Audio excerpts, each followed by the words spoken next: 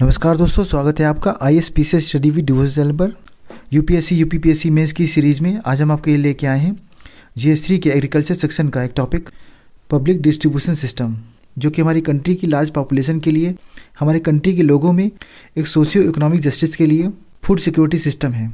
हमारे कंट्री में PDS system का एवोल्यूशन कैसे हुआ, इनके ऑब्जेक्टिव क्या हैं, फंक्शनिंग क्या है, क्या लिमिटेशंस हैं, और इन शॉर्ट कमिंग्स को दूर करने के लिए गवर्नमेंट के द्वारा क्या इनिशिएटिव लिए गए हैं। PDS की रिवैम्पिंग के लिए कुछ कमेटी की रिकमेंडेशन है, जैसे कि justice Wadhwa committee, Shanta Kumar committee, इनकी क्या रिकमेंडेशन है, और हमारे कंट्री में पब्लिक डिस्ट्रीब्यूशन सिस्टम की एफिशिएंसी को इम्प्रूव करने के लिए क्या सजेशन बताए गए हैं। इन सभी पॉइंट्स को हम बहुत ही कॉम्प्रिहेंसिव तरीके से कवर करेंगे।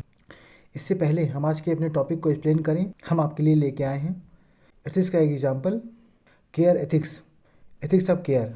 ये एक तरह की फेमिनिस्ट अप्रोच है जो कि एराइज होती है रिस्पॉन्सिबिलिटी से, जैसे पेरेंट्स अपने बच्चों की केयर करते हैं और चिल्ड्रन अपने एजिंग पेरेंट्स की केयर करते हैं, और ऐसे रिलेशनशिप जहाँ पे केयर की नेसेसिटी होती है।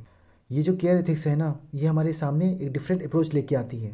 अगर हम किसी पर्सन के साथ उनके यूनिकनेस के बावजूद उनसे सिंपैथेटिकली अटैच होते हैं, इंगेज होते हैं, देन हमें एक नया पर्सपेक्टिव मिलता है, जिससे हम समझ पाते हैं कि दूसरे कैसा रिएक्ट करेंगे अगर वो वैसी सिचुएशन में होते। इसे कॉइन किया गया था कैरल गिलिगन के द्वारा यूटिलिटेरियन और कांतियन एथिक्स के क्रिटिक के रूप में। एक तरफ कांत मॉडर्न लाइफ के लिए एक ड्यूटी बेस्ड एथिक्स को आर्ग्यू करती है, और प्रिंसिपल ऑफ यूटिलिटेरियन जो कि प्रमोट करता है maximum happiness to maximum number of people, और दूसरी तरफ केयर एथिक्स हमें बताती है कि हम दूसरे की नीड को कैसे समझ सकते हैं। गिलिगन ह्यूमन ट्रेट्स को मस्कुलर और फेमिनाइन ट्रेट में डिवाइड करते हैं। एक तरफ मस्कुलर ट्रेट है जो कि रेशनल है और बेस्ड है रूल्स एंड लॉ पे, और दूसरी तरफ फेमिनाइन ट्रेट है जो कि बेस्ड है इमोशन पे, फीलिंग, लव एंड केयर पर। गिलिगन की जो एथिकल थ्योरी है ना, वो बेस्ड है नेचर ऑफ वुमेन पर, जो कि ज़्यादा एम्फासिस करती है सिंपथी पर, एम्पैथी पर, केयर पर।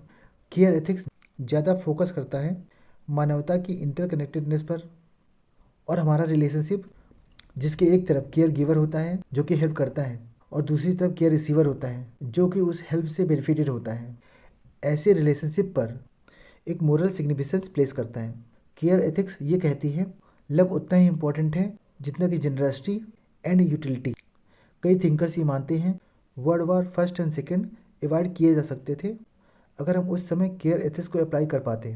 ये रिलेटेड होती है इन्वायरमेंटल एथिक्स से, जैसे कि हमने देखा चिपको मूवमेंट के दौरान कि किस तरह से लोगों ने इन्वायरमेंट को बचाने के लिए अपने आप को भी सेक्रीफाइस करने से पीछे नहीं हटे। अगर हम हेल्थ केयर एथिक्स को देखें, इसकी मेन 4 प्रिंसिपल्स हैं। एक है नॉन मेल फिशंस, कि हम किसी को हार्म न पहुंचाएं। जस्टिस, कि जो सारे पेशेंट हैं उन सभी का ट्रीटमेंट और केयर एक फेयरली मैनर में हो। एक है बेनिफिसेंस, पेशेंट के लिए जो सारी चॉइसेस हों वो उनके लिए कुछ अच्छा करने की इंटेंट के साथ हो। ऑटोनॉमी, कि हम उस पर्सन के फ्रीडम की रिस्पेक्ट करें सो दैट वो चूज़ कर पाए उसके लिए क्या सही है। डगलस एडम कहते हैं अगर हमें रियल में किसी को सर्विस देनी है तो उसमें कुछ ऐसा ऐड होना चाहिए जिसको हम बाय ना कर पाएँ और ना ही हम उसे मनी से मेजर कर पाएँ, and that is sincerity and integrity. अब हम आज के अपने टॉपिक की तरफ आगे बढ़ते हैं। पब्लिक डिस्ट्रीब्यूशन सिस्टम, ये हमारी इंडिया की लार्ज पॉपुलेशन के लिए एक फूड सिक्योरिटी सिस्टम है जो कि इस्टेब्लिश किया गया है गवर्नमेंट ऑफ इंडिया के द्वारा under ministry of consumer affairs, food and public distribution. ये एक ऐसा सिस्टम है जिसमें फूड ग्रेन्स को बहुत ही एफोर्डेबल प्राइसेस पे डिस्ट्रीब्यूट किया जाता है। ये हमारी कंट्री में सोशियो इकोनॉमिक जस्टिस को प्रमोट करता है। वुमेन है, चिल्ड्रेन है, BPL सिटीजन्स हैं, पुअरेस्ट ऑफ द पुअर हैं, उनमें एनीमिया, मालन्यूट्रिशन और हंगर को एलिवेट करके। और आज की 21st सेंचुरी में टेक्नोलॉजी के युग में ICT के यूज ने इस सिस्टम की एफिशिएंसी को काफ़ी हद तक बढ़ा दिया है। इंडिया में पब्लिक डिस्ट्रीब्यूशन का सिस्टम ओरिजिनेट हुआ था राशन सिस्टम से by British during world war second. PDS scheme को लॉन्च किया गया था जून 1947 में। करीब 1992 तक ये बिना किसी स्पेसिफिक टारगेट के साथ सारे कंज्यूमर्स के लिए इंटाइटल था, और 1992 में ये रिवैम्प्ड PDS बन गया जिसका मेन फोकस था पुअर फैमिलीज़, खासकर ऐसी फैमिलीज़ जो कि हिली, रिमोट और इनएक्सेसिबल एरियाज में रहते हैं। और 1997 में ये TPDS बन गया, टारगेटेड पब्लिक डिस्ट्रीब्यूशन सिस्टम, जिसके तहत इस्टेब्लिश किया गया फेयर प्राइस शॉप को फूड ग्रेन्स को सब्सिडाइज रेट में डिस्ट्रीब्यूट करने के लिए। और सितंबर 2013 में नेशनल फूड सिक्योरिटी एक्ट 2013 आया जिसने राइट टू फूड को एक जस्टिसेबल राइट बना दिया। अगर हम PDS सिस्टम की फंक्शनिंग को देखें, सेंटर की तरफ से फूड कॉर्पोरेशन ऑफ इंडिया इन फार्मर्स से ग्रेन्स को प्रोक्योर करती है at MSP minimum support price, और इस ग्रेन्स को स्टेट गवर्नमेंट को एलोकेट करती है एट सेंट्रल इशू प्राइस। फिर ये स्टेट गवर्नमेंट डिस्ट्रीब्यूट करती है फेयर प्राइस शॉप को, जहाँ से बेनिफिशियरी सेंट्रल इशू प्राइस पर ग्रेन्स को रिसीव करते हैं। Objective of public distribution system, इसका मेन ऑब्जेक्टिव है सोसाइटी के जो वल्नरेबल सेक्शंस हैं उन्हें रीजनेबल प्राइसेस पे फूड ग्रेन्स को और एसेंशियल आइटम्स को बहुत ही रीजनेबल प्राइस पे प्रोवाइड करना, और एक तरह से सोसाइटी में इक्विटेबल डिस्ट्रीब्यूशन को इंश्योर करना, और जो एसेंशियल कमोडिटी है ना उनके डिस्ट्रीब्यूशन के मैटर में एक सोशलाइजेशन को सपोर्ट करना। हमारे कंट्री की फूड सिक्योरिटी के लिए, न्यूट्रिशनल सिक्योरिटी के लिए ये पब्लिक डिस्ट्रीब्यूशन सिस्टम बहुत ही इंपॉर्टेंट है, क्योंकि हमारी सोसाइटी में जो poorest of the poor people हैं उनके लिए फूड को एफोर्डेबल, एक्सेसिबल और अवेलेबल कराता है। ये फूड ग्रेन्स की बफर स्टॉक को मेंटेन करता है so that in case of any crisis ऐसे फूड का फ्लो एक्टिव बना रहे। हमारे कंट्री में आज भी बहुत सारे एरियाज हैं जहाँ पर कुछ एरिया फूड सिक्योरिटी के रिस्पेक्ट में सरप्लस में है और कुछ एरिया डिफिशेंट है। हमारा ये पब्लिक डिस्ट्रीब्यूशन सिस्टम फूड को सप्लाई करता है सरप्लस एरिया से डिफिशेंट एरिया में ग्रेन्स को रीडिस्ट्रीब्यूट करके।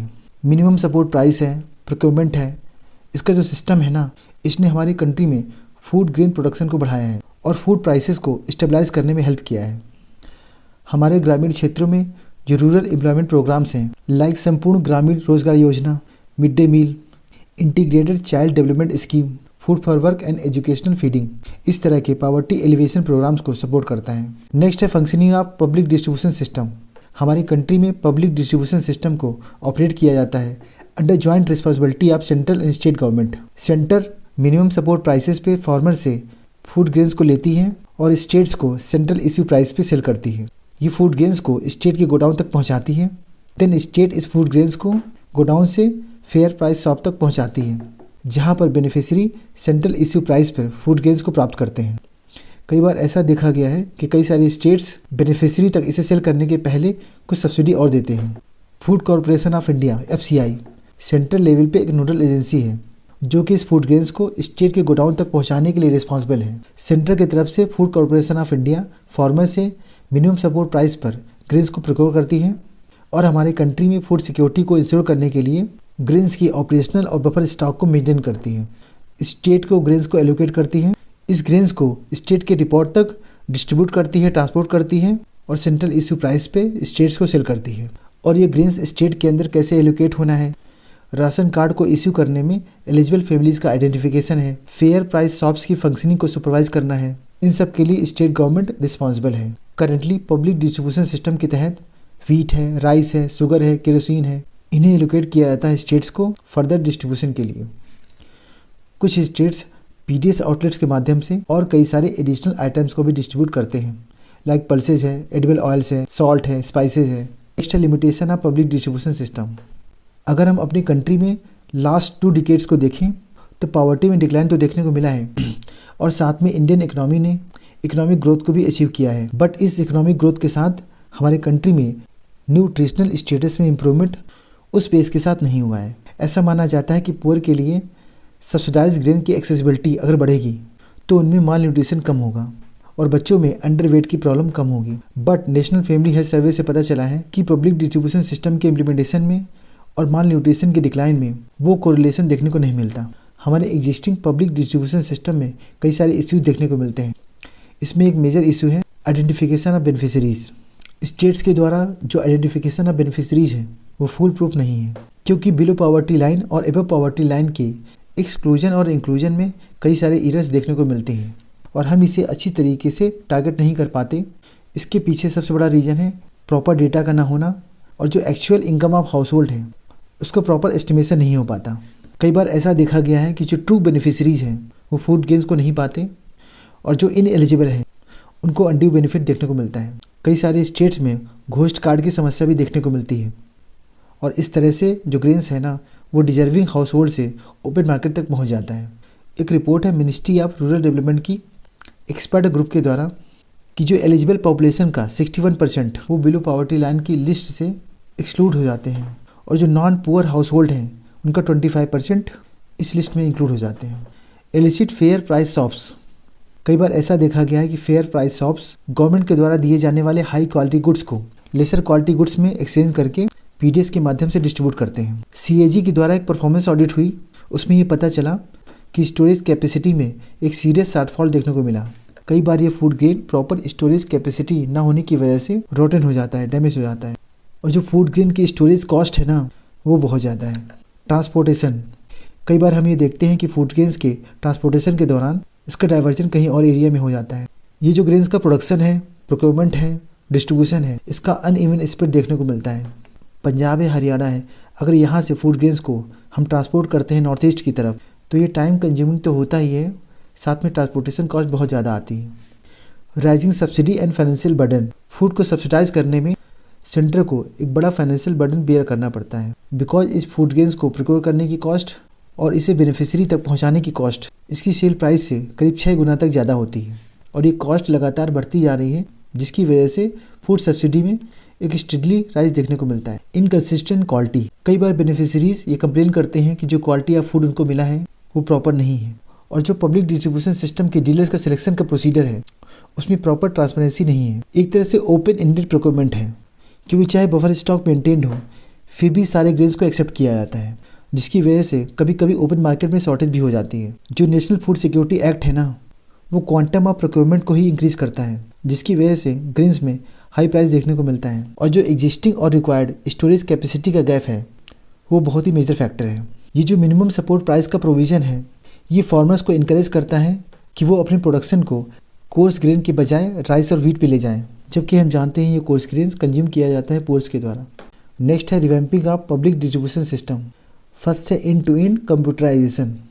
2011 में पीडीएस के लिए जस्टिस वादा कमेटी की रिपोर्ट है, जिसने कंप्यूटराइजेशन को रिकमेंड किया है सो दैट फूड ग्रेन्स के डाइवर्जन को रोक सके और राशन शॉप पर बेनिफिशरीज का एक सिक्योर्ड आइडेंटिफिकेशन हो। और इन दो कंपोनेंट के बीच में पहले कंपोनेंट के लिए कमेटी ने मॉडल स्टेट के रूप में छत्तीसगढ़ को रिकॉग्नाइज किया और गुजरात को रिकॉग्नाइज किया सेकेंड कंपोनेंट के लिए। और कुछ स्टेट्स ऐसे हैं जिन्होंने पूरी सप्लाई चेन को कंप्यूटराइज कर दिया है, जैसे कि कर्नाटका, जहां पर EPDS electronic public distribution system, जो कि कवर करता है ऑथराइज्ड होलसेल डीलर के ट्रांजैक्शन को और बेनिफिशरीज के बायोमेट्रिक डेटाबेस को।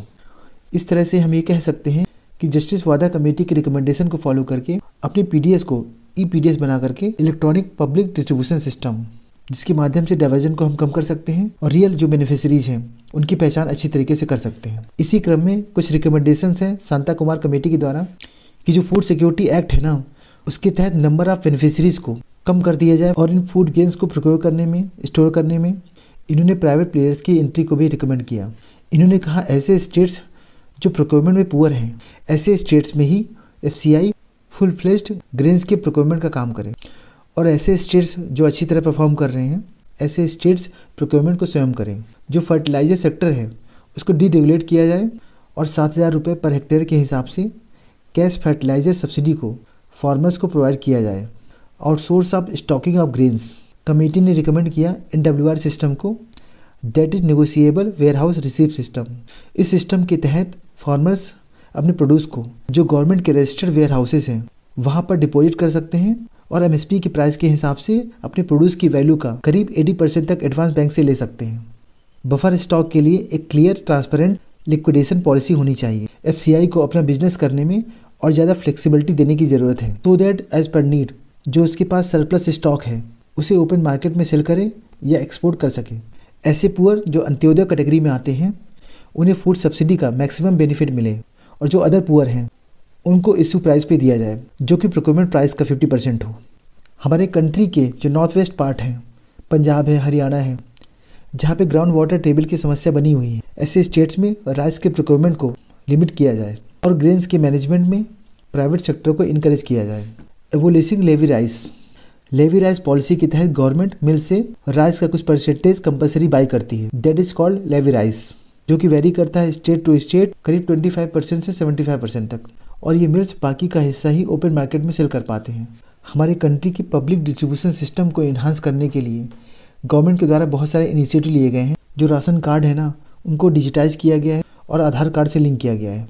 जो फेयर प्राइस शॉप्स हैं उनको कंप्यूटराइज किया गया है, जहाँ पर राशन कार्ड को स्वैप करने के लिए पॉइंट ऑफ सेल को इंस्टॉल किया गया है। डायरेक्ट बेनिफिट ट्रांसफ़र स्कीम के तहत कैश को बेनिफिशरीज के अकाउंट में ट्रांसफ़र किया जाता है इन लिeu of food grain subsidy component.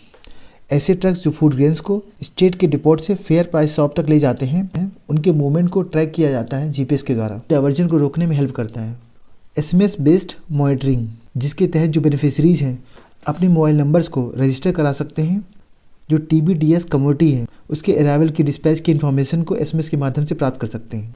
Use of web based citizens portal, ये एक तरह से पब्लिक ग्रीवेंस रिड्रेसल मैकेनिज्म है, जहां पर कॉल सेंटर बनाए गए हैं जिसमें टोल फ्री नंबर के माध्यम से लोग अपनी कंप्लेंट को रजिस्टर करा सकते हैं और सजेशन भी दे सकते हैं। यूनिवर्सल PDS, इसे इम्प्लीमेंट किया गया तमिलनाडु के द्वारा, जहां पर हर एक हाउस होल्ड इंटाइटल्ड है सब्सिडाइज्ड फूड ग्रेन पाने के लिए।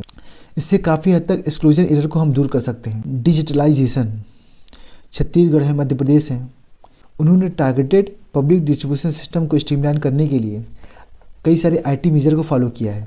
राशन कार्ड को डिजिटाइज किया है, सिटीजन्स के लिए SMS बेस्ड मॉनिटरिंग को फॉलो किया है और डिलीवरी को ट्रैक किया जाता है GPS के माध्यम से। हमारे कंट्री में पब्लिक डिस्ट्रीब्यूशन सिस्टम को इन्हांस करने के लिए गवर्नमेंट के द्वारा स्टेप तो लिए गए हैं, पर इसकी एफिकेसी को बढ़ाने के लिए कुछ और सजेशंस हैं जो फॉलो कर सकते हैं। कोविड-19 पैंडेमिक के दौरान पब्लिक डिस्ट्रीब्यूशन सिस्टम में एक्सक्लूडेड थे, उन्हें इंक्लूड करने के लिए कुछ एक्सपर्ट्स हैं, अभिजीत बनर्जी, अमृत सेन, रघुराम राजन। उन्होंने रिकमेंड किया एक टेम्परेरी राशन कार्ड बनाने के लिए for a period of 6 month, so that minimum check के साथ जो भी नीड में है उसे PDS का फ़ायदा मिल सके, क्योंकि ऐसे लोग जो नीड में हैं उनके मिसिंग की कॉस्ट कहीं ज़्यादा है उस सोशल कॉस्ट से for letting in someone who could perhaps do without it. जैसा कि हमने देखा, दिल्ली गवर्नमेंट के द्वारा एक टेम्परेरी ई-कूपन सिस्टम को लॉन्च किया गया। डोर स्टेप डिलीवरी, पैंडेमिक के दौरान सोशल डिस्टेंसिंग नॉर्म्स को फॉलो करने के लिए डोर स्टेप डिलीवरी एक अच्छा अल्टरनेटिव निकल के आया। और अगर डोर स्टेप डिलीवरी को लॉन्च करने में ज़्यादा समय लगे तो गवर्नमेंट अपने डिस्ट्रीब्यूशन पॉइंट को और ज़्यादा इंक्रीज और डाइवर्सिफाई कर सकती है। गवर्नमेंट स्कूल हैं, स्पोर्ट्स स्टेडियम है, पब्लिक पार्क्स हैं, पोस्ट ऑफिसेज हैं, इन्हें एज ए डिस्ट्रीब्यूशन सेंटर बनाया जा सकता है। इन एडुकेट फूड सप्लाई को मीट करने के लिए कम्युनिटी किचन एक अच्छा ऑप्शन है, ताकि इमीडिएटली हंगरी तक फूड को पहुंचा सके। जैसा कि केरला में हमने देखा, ये काफ़ी सक्सेसफुल रहा। ये जो फूड क्वालिटी इशू का चैलेंज है, इसको हम रिजॉल्व कर सकते हैं टेक्नोलॉजी ड्रिवन सोल्यूशन के द्वारा, by using artificial intelligence, machine learning और इंटरनेट ऑफ थिंग्स IoT। इनके माध्यम से हम फूड ग्रेन्स के एडल्ट्रेशन के मिनट्स को दूर कर सकते हैं। अगर हमें फूड ग्रेन्स के डिस्ट्रीब्यूशन के सिस्टम को अकाउंटेबल बनाना है, जो कि सजेस्ट किया गया था दिल्ली हाई कोर्ट के द्वारा इन ए पिटीशन फाइल्ड बाय रोजी रोटी अधिकार अभियान, जिसमें जो नॉन सप्लाई ऑफ राशन के रिगार्डिंग जो कंप्लेंट है उसका टाइम बाउंड रिड्रेसल हो और फूड ग्रेन्स के डिस्ट्रीब्यूशन में ट्रांसपेरेंसी हो। राशन के इंस्पेक्शन के लिए एक सेपरेट कैडर हो, उन्हें हम राशन इंस्पेक्टर कह सकते हैं, जिन्हें हम सारे फेयर प्राइस शॉप पे स्टेशन कर सकते हैं, सो दैट जो फूड ग्रेन्स की डिलीवरी है ना, वो इम्पार्शियल तरीके से बेनिफिशियरी तक पहुंच सके। One nation one ration card scheme, इसके तहत अगर बेनिफिशियरी कंट्री के किसी और पार्ट में है तो वो भी राशन शॉप से सब्सिडाइज फूड ग्रेन प्राप्त कर सकते हैं। प्रधानमंत्री गरीब कल्याण अन्न योजना, जो कि लॉन्च किया गया था पैंडेमिक के दौरान, लिस्बन पुर्तगाल में एक बहुत अच्छा एग्जाम्पल है रिफूड मूवमेंट का। ये एक फूड वेस्ट प्रिवेंशन इनिशिएटिव है, म्युनिसिपल प्लान है फूड वेस्टेज को रोकने के लिए। फेयर प्राइस शॉप के लेवल पर लीकेज को रोकने के लिए फूड कूपन को डिस्ट्रीब्यूट कर सकते हैं। राशन कार्ड का डिजिटाइजेशन एक मेजर स्टेप हो सकता है, जिसमें प्रॉपर पावर बैकअप हो, ग्रेन्स के वेट को अच्छी तरीके से मेजर करने के लिए इलेक्ट्रॉनिक वेइंग मशीन हो और इंटरनेट कनेक्टिविटी हो। PDS के माध्यम से फूड ग्रेन्स का डिस्ट्रीब्यूशन एलिजिबल हाउस होल्ड तक पहुंचा है या नहीं, इसे ऑथेंटिकेट करने के लिए राशन कार्ड होल्डर्स की जो बायोमेट्रिक इन्फॉर्मेशन है उसे लिंक कर सकते हैं आधार नंबर के साथ। जो भी फेयर प्राइस शॉप्स हैं वहाँ पे जो डिस्प्ले बोर्ड है उसमें प्रॉपर इन्फॉर्मेशन हो फूड ग्रेन की अवेलेबिलिटी को लेकर के, इशू प्राइस को लेकर के, और ये जो इन्फॉर्मेशन है ना, ये लोकल लैंग्वेज में होनी चाहिए, सो दैट हर एक पुअर इसको समझ सके। क्योंकि जो मोस्ट ऑफ द बेनिफिशरीज हैं वो इलिटरेट हैं और डिस्प्ले बोर्ड की इन्फॉर्मेशन को प्रॉपर तरीके से समझ नहीं सकते। सो PDS से संबंधित जो भी इन्फॉर्मेशन है उसे हम अवेयरनेस कैंपेन के माध्यम से डिसेमिनेट कर सकते हैं। और ये अवेयरनेस कैंपेन NGO के द्वारा, किसी गवर्नमेंट ऑफिशियल के द्वारा विलेजेस में रेगुलर बेसिस पे होना चाहिए। बेनिफिशरी लेवल पे SMS अलर्ट एक बेहतर ऑप्शन हो सकता है। उसका एक sample majority of the fair price shop पर रख सकते हैं। ये फूड ग्रेन की क्वालिटी को मेंटेन रखने में और फेयर प्राइस शॉप को अकाउंटेबल बनाने में हेल्प करेगा। हम ये जानते हैं कि पब्लिक डिस्ट्रीब्यूशन सिस्टम हो सकता है कि इंडिया में माल न्यूट्रिशन के इश्यू को, चाइल्डहुड मॉर्बिडिटी और मोर्टलिटी के इश्यू को पूरी तरह से एलिमिनेट ना कर पाए, बट इंडिया में इसे अच्छी तरह से इम्प्लीमेंट किया जाए तो ये हंगर के लेवल को कम कर सकता है। अगर हम इस पीडीएस सिस्टम को और ज़्यादा ट्रांसफरेबल और ज़्यादा अकाउंटेबल बना दें तो ये हर सिटीजन को राइट टू न्यूट्रिशियस फूड के प्रति रियलाइज़ करने में और गुड हेल्थ को प्रमोट करने में बहुत बड़ा रोल प्ले कर सकता है। और इस कोविड-19 पैंडेमिक ने और ज़्यादा बेहतर फूड सिक्योरिटी पॉलिसी को इम्प्लीमेंट करने के प्रति और इसके इम्पोर्टेंस को समझाया है, जो कि प्रोवाइड करे अच्छा फूड, अच्छा वाटर, अच्छी क्वालिटी, अच्छी क्वांटिटी के साथ में एक हाइजीनिक नॉर्म्स के साथ। जैसा कि हम जानते हैं हमारा जो सस्टेनेबल डेवलपमेंट गोल है 02 दैट इज़ जीरो हंगर, उसको अचीव करने के लिए हमारा जो पब्लिक डिस्ट्रीब्यूशन सिस्टम है एक बेहतर कदम हो सकता है। बस ज़रूरत है जो शांता कुमार कमेटी की रिकमेंडेशन है, जस्टिस वधवा कमेटी की रिकमेंडेशन है और जो हमारे डिस्ट्रीब्यूशन सिस्टम में लूप होल्स हैं इन्हें इम्प्रूव करके। इस वीडियो का PDF आप नीचे दिए गए टेलीग्राम चैनल से प्राप्त कर सकते हैं। अगर हमारा ये इनिशिएटिव आपको अच्छा लगे तो लाइक करें, सब्सक्राइब करें और ज़्यादा से ज़्यादा लोगों को इसे शेयर करें सो दैट मैक्सिमम लोगों को इसका बेनिफिट मिल सके। तो मिलते हैं नेक्स्ट वीडियो में अपनी नोट्स के साथ में। जय हिंद, जय भारत। Thank you.